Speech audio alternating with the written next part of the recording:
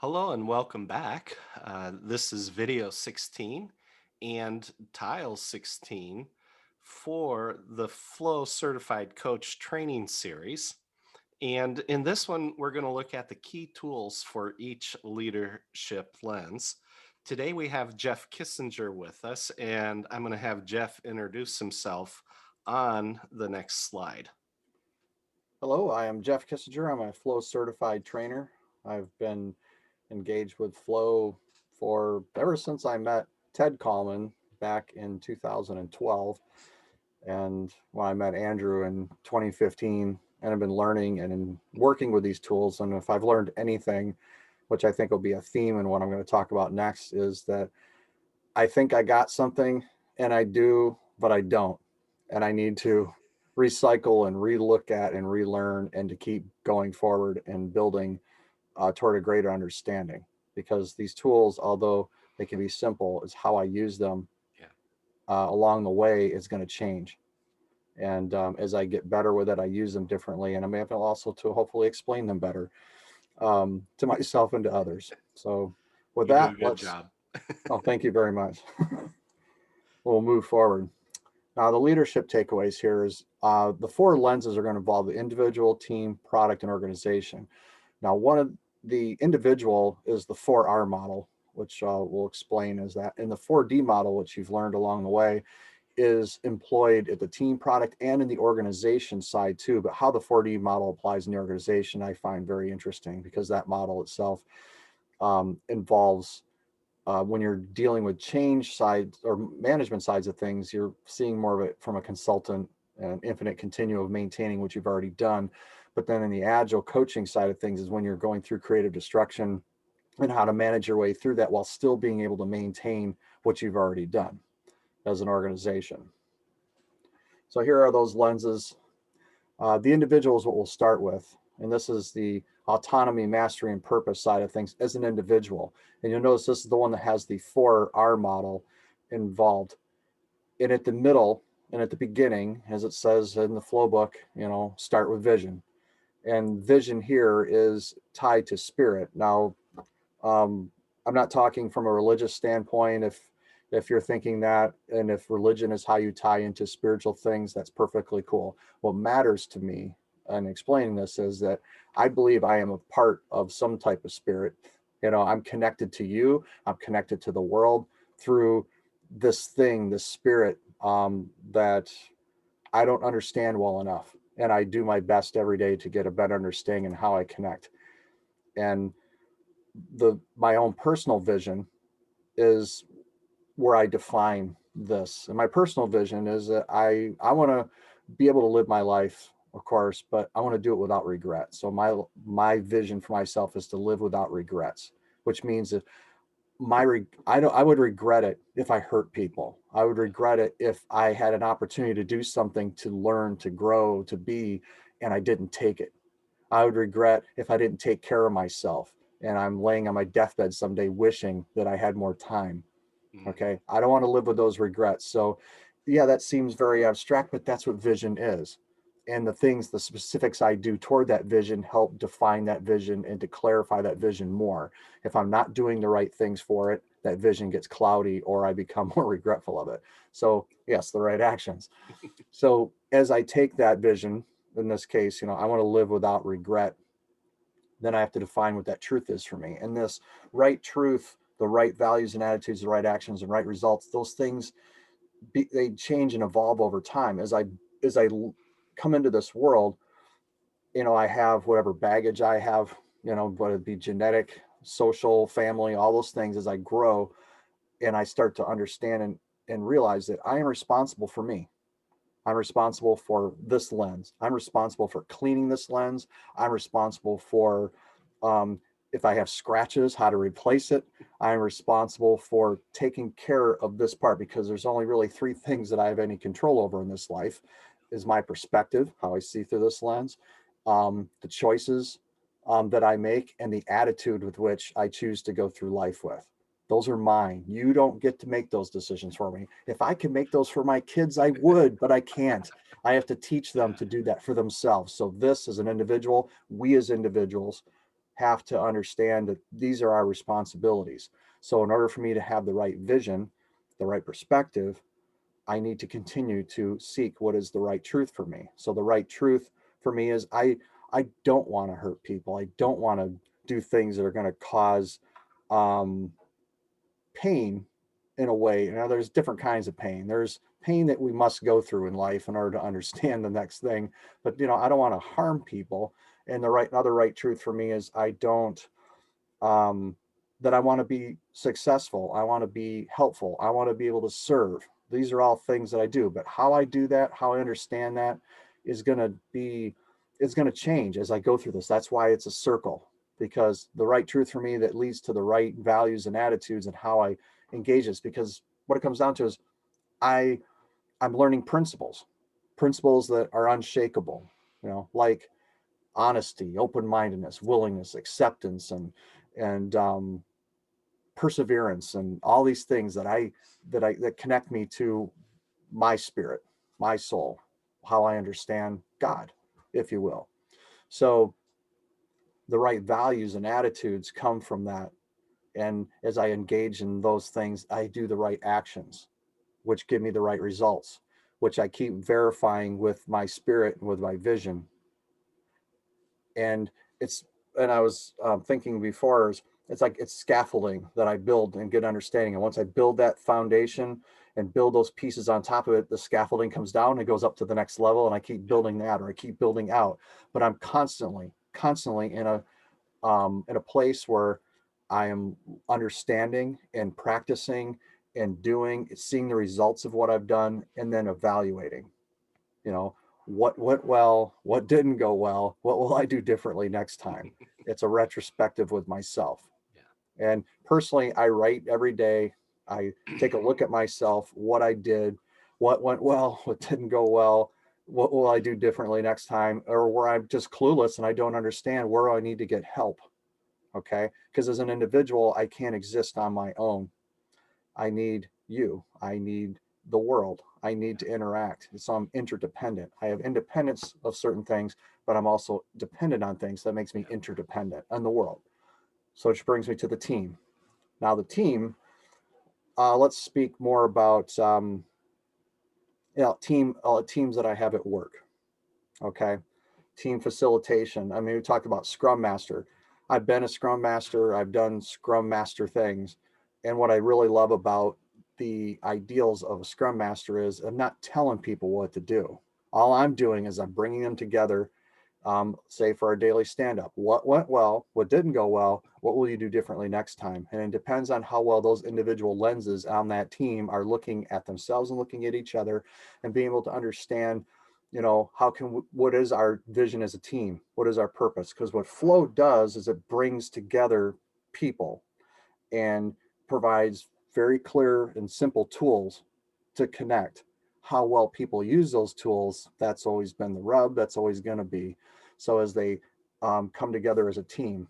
And that's why when you hit that forming, storming, norming, and performing level of teamwork, it's uh, it's something like with the AHA curve, where you have struggle, you go through the motions, you start to perform, and you start to high performance. But it's something that's fluid. You have to Yeah. keep moving forward. If you don't, you start moving backward. Um, we start to just fall back. It requires constant movement. And I was talking with Andrew before this. There's times I don't want to move. There's times I don't want to change. There's times I just want to. I'm tired of climbing hills. I'm tired of going up this thing and struggling. I want to lay down and I want to rest.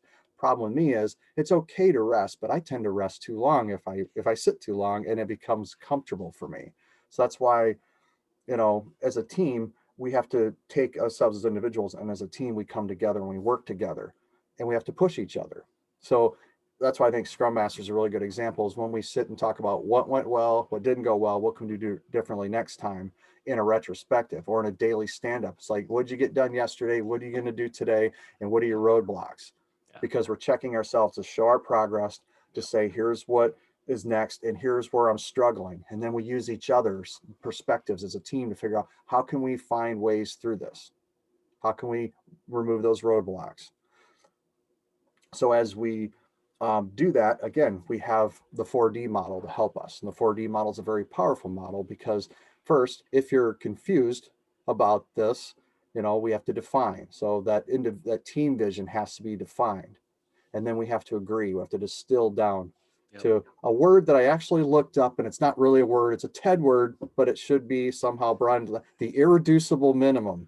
There's no Ah, such word as irreducible, but there is, because I it was remember a TED said Tedism. it, and I understand it. And the irreducible minimum is, but that's when you can distill something down. That means that the irreducible minimum means you you can't it can't be argued out.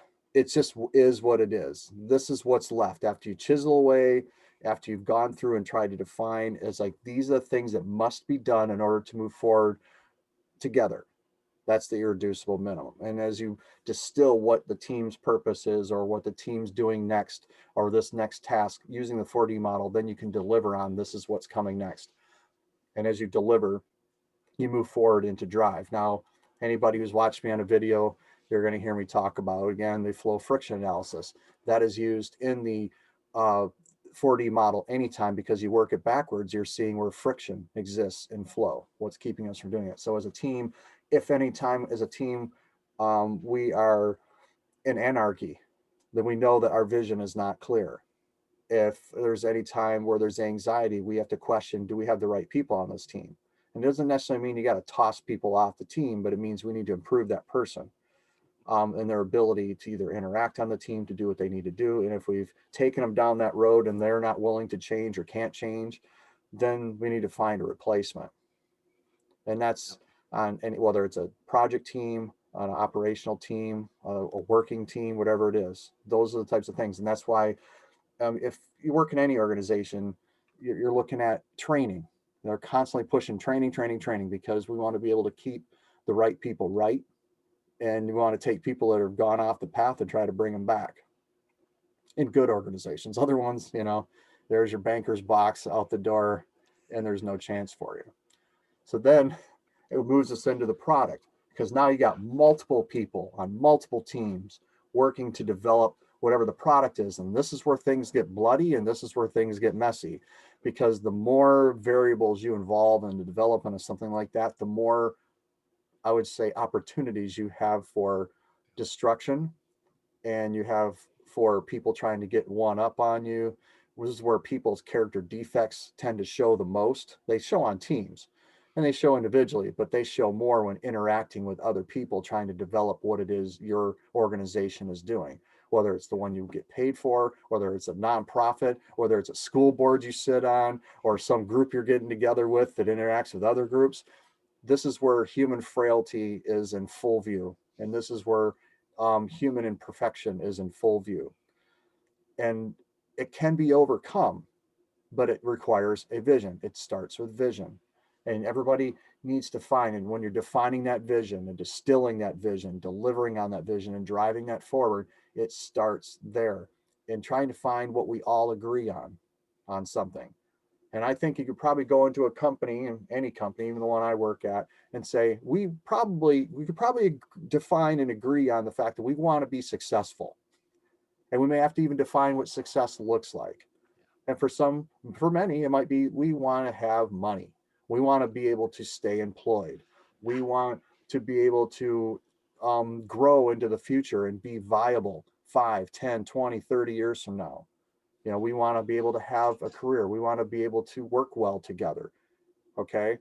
In the few that say, no, I don't want to work well together. I want to lose money. I don't care about these things. They're probably not the right people, and they will have to find their way out. But for the ones that remain, this is where we move forward. But there's going to be disagreement.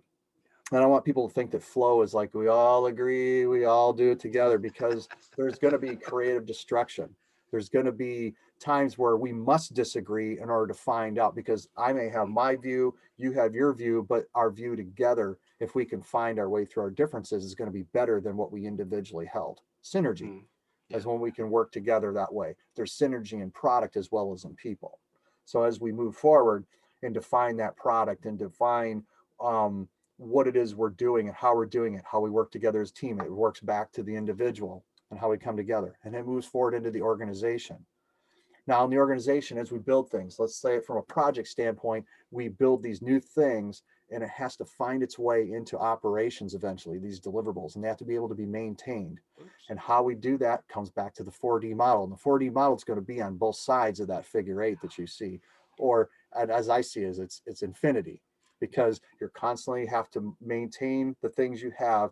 But eventually, if all you're doing is sitting on that right hand side and going in a loop, just going through operational excellence over and over again, you're going to miss something, because you have to be able to take a look at what it is you're doing. You have to look at your blind spots, and that's where you need those people that work on teams to find out disagreements, to say that this is what you're missing, because hey, we're operationally excellent, we're moving forward, we were able to do the things, like, well, what about this opportunity? No, no, no, no, because we got to keep this right. So you need both in order to work. In order for that to work, there has to be creative destruction as it comes out of that loop and it makes its way over where it says agile coaching or um, innovation, but anticipatory vision. You need to be able to keep looking, because otherwise all you're doing is this. Yeah. You're not seeing what's around you. You've accomplished this thing. You're able to build what you built, and you're able to maintain it, and it's your wheelhouse. It's what works. But that's where challenge comes in, because you have to be able to keep looking forward. It's dynamic. It never stops. And that's okay. But as you have that creative destruction, it comes out the other side. It's like, okay, we need to at least take part of it. We still have to maintain what we're doing, yes, but we have to take a look at the things that we're trying to maintain, what's not working there. And that's where I think even just something as simple as retrospective comes in. What's working operationally? What's not Yeah. working operationally? It's not necessarily product development, it's how well we develop products, or how well we take care of what we do, how well we manage, or maybe the way we interpret things. Let's take flow, for instance. Let's say a company is really good at taking care of what it's already developed, it's operationally sound, but it's not going to last long if it doesn't have a different perspective on how well it works. Or let's say an organization is struggling. It's and it you want to put new tools in, so you bring in flow. It would require a creative destruction in order for that to happen, because it means that you got to stop doing the way things are and find and define new ways of doing things, and then incorporating them back in, because when it comes back out from there, it's being brought into the organization. And as you can see, this is driven by VSPT. It has to be a new vision. If you're struggling, it needs to be new strategies and new people, or new projects, and how people use those in the tasks that are done. So it's this constant, flow is what that is. And it requires, it's the same thing over in the individual lens. I need to have creative destruction in my life in order to improve. I can't improve if I don't take something down and at least look at it. I will look at myself, take an inventory of myself regularly and say, you know, okay, here's where I'm at. This is what I'm doing. Here are the things that are causing me pain. Same thing with an organization. What's causing us pain right now? And where I think this gets really crazy is anytime you want to change something, someone's going to get offended, because they may have been the person that built this thing that we need to change. Maybe they built their lives on it. They spent years working on this thing that did work. It may Yeah. still work, but it doesn't work for the direction we're going. And it means you got to take that out, and egos get bruised. Hmm. It's hard not to feel offended. I've had things that I built at that time, but it was more, it brought us to a place where we needed to be, but now we've evolved and we've gotten better. And the thing that I built's no longer good enough. It became Yeah. scaffolding for the next thing. Exactly.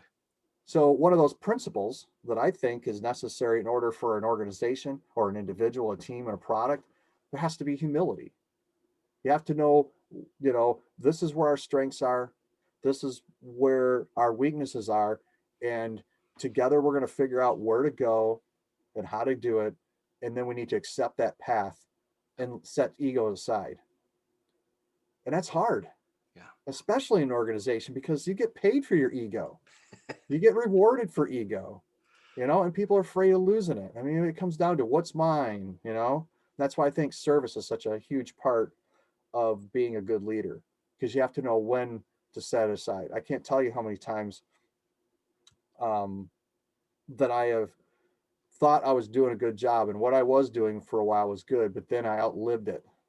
And I had to realize that, okay, how I'm doing this now needs to improve, but I've relied on this way of doing things. There's executives that have relied heavily on the way they've done things. And that's why there was this really good quote that I heard yesterday, and Yeah. it was from the West Point Way of Leadership by Colonel Larry Donathorn. But one of our flow certified trainers, it was Glenn Ligori, said, "When a person's development as a leader is finished, that leader is finished." Yeah. And what that says is we must always be open to change in the individual lens. We need to be able to interact with our teams in ways that are going to improve the teams, not just me and the thing, but each other. We have to be each other's eyes and ears on the team too. So if you're in an agile team, you don't skip those retrospectives. You have those conversations. And that's where you improve. That's how we can not just improve how we're doing the thing, but how we are as individuals interacting and working with each other, you know? And it's not always easy. So we have to get good at talking to people and being assertive with people about things, but not hurting them and not using it as a bat. And that affects how we come together to work in the product. And that, that cage match that occurs working on the product. Yeah. It doesn't have to be bloody, but it is. And but if we work better together, then we're quicker to evolve the organization. So that creative destruction process is not something that's avoided, but it's something that's expected and even looked forward to. It's like, this is where we're going next, but here's what we need to do to get there, Yeah. and how we can maintain that operational excellence as we do it and as we bring these new things in. But that takes vision, Mhm. that takes courage, that takes principles of many kinds, individually, as a team, working together on the product, and organizationally in order to accomplish. And that is flow. And that's what flow is foundationally based on, in my opinion. Yeah. And these tools, simple as they are difficult to implement because of the human imperfection that's involved by the people that have to implement them and live with them and use them and drive forward with them. So to recap, the 4R model is what we use to define the individual, but you can use 4D model and all these Mhm. other tools too. But 4R, I think, really addresses it well. And we talked about the team and the product and how the 4D model is defined there and how it comes together as an organization, which, and then it all loops back to the individual, to the team, to the product, to the organization, and through. So flow is like that. It moves through all those things and affects all those things. And that's what makes it a holistic mindset. It has to be, you have to see all those lenses and work within all those lenses and define what works and what doesn't and what can be done differently, how we can help each other, be each other's eyes and ears for the blind spots that they may have, and to let them pick out my blind spots, and to do my very best to set my ego aside when doing it. Because I'll be honest with you, I can't stand criticism. Mm. I don't like it when I hear it, but I know I need to hear it. And each time I am getting it, and depending on how I get it, it um, I need to hear it. And sometimes criticism from people that can't stand me is often the best to hear something that I need to hear. You know, it's hard to hear, but it's true. And then the only framework that is agnostic, and that it includes the mindset and tool set and scaling, but also the rollout is customized activity that is tailored to each organization's cultures and needs. So you find out really, I think what is very helpful is when you can do a real solid analysis of your organization to find out where you're at. In other words, an inventory of what, your assets and your liabilities of the organization, and you start with that, which also requires, I think, an asset and liabilities of the individual, of the team, of the product, the organization, to find out where you're at and to be honest about where you're at, and not try to soft code it or overdo it, but to find out what is reality now, and then you can take these tools, these flow tools, and start to apply. What where we need to improve. What can we start with, and all that is there. And as flow certified coaches, you're able to help define that for organizations, for individuals, for teams, for the product, and to figure out where the next steps are and to start there. I mean, as cliche as it is, it's very true. A journey of 1,000 miles begins with a single step.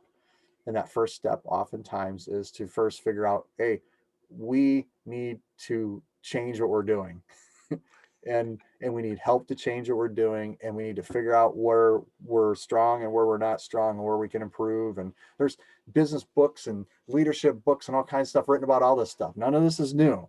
But what is I think most important is that